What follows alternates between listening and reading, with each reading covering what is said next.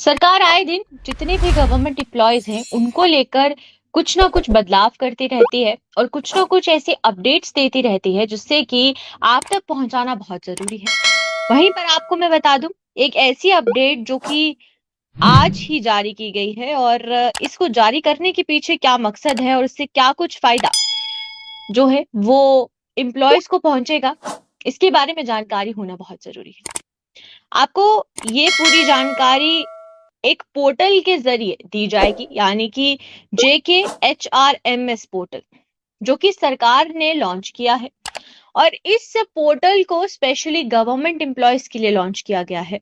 या फिर ये कहें कि सिर्फ गवर्नमेंट एम्प्लॉयज के लिए ही इसे लॉन्च किया गया है। लेकिन सवाल यहाँ ये उठता है कि इससे पहले भी सरकार द्वारा बहुत से ऐसे पोर्टल्स लॉन्च किए गए थे जिसमें कि अटेंडेंस जो है वो एम्प्लॉयज की लगाई जा रही थी। और इसी के साथ साथ ये भी था कि एम्प्लॉयज को उसका बेनिफिट होगा, अटेंडेंस पता चलेगी, काम कितना किया जाता है एम्प्लॉयज द्वारा उसके बारे में जानकारी होगी। लेकिन अब इस पोर्टल की जो शुरुआत की गई है, यानी कि जो नया पोर्टल शुरू किया गया है JKHRMS, इसके जरिए सरकारी एम्प्लॉयज को जो फायदा है वो पहुंचेगा। अब फायदा किस तरीके से पहुंचेगा इसके बारे में मैं आपको बताती हूँ। फायदा इस तरीके से पहुंचेगा क्योंकि जब इस पोर्टल को शुरुआत की गई है तो जो भी एम्प्लॉयज इस पोर्टल के अंडर खुद को रजिस्टर करेंगे तो वो गवर्नमेंट के अंडर खुद को रजिस्टर कर रहे हैं। यानी कि सरकार को ये पता होगा कि कौन से डिपार्टमेंट में कितने एम्प्लॉयज काम कर रहे हैं। इसके बारे में जानकारी जब गवर्नमेंट के पास होगी तो ये सरकार के लिए बहुत ही आसान हो जाएगा कि जब प्रमोशंस देनी है, रिटायरमेंट्स करनी है,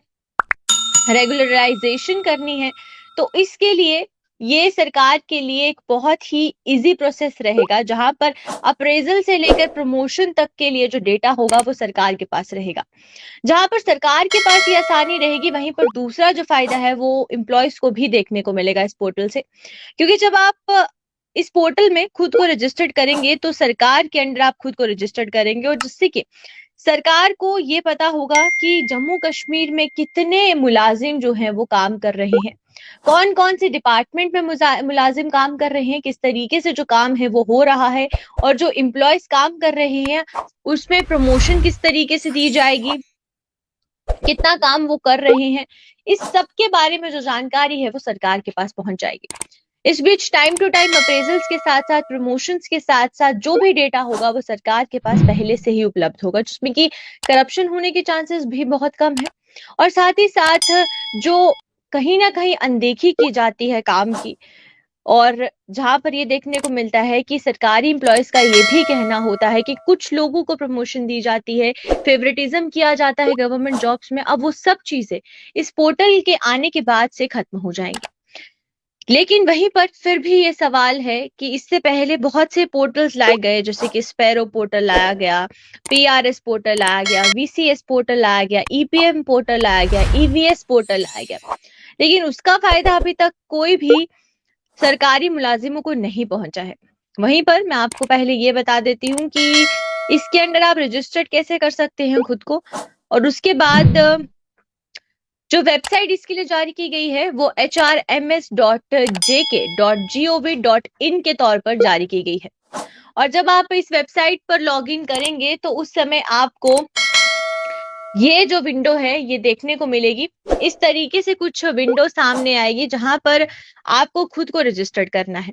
जहां पर यूजर नेम और पासवर्ड पूछा गया है। ये सिर्फ उन एम्प्लॉयज के लिए होगा जिन्होंने पहले से खुद को रजिस्टर्ड किया हुआ है, और जो न्यू रजिस्टर्ड है उनके लिए साइट पर एक ग्रीन कलर की जो लाइन है वो बनी हुई है, जहां पर रजिस्टर्ड न्यू यूजर करके जो ऑप्शन है वो आ रहा है, जहां पर आप खुद को रजिस्टर्ड कर सकते हैं। दूसरी फिर उसके बाद जो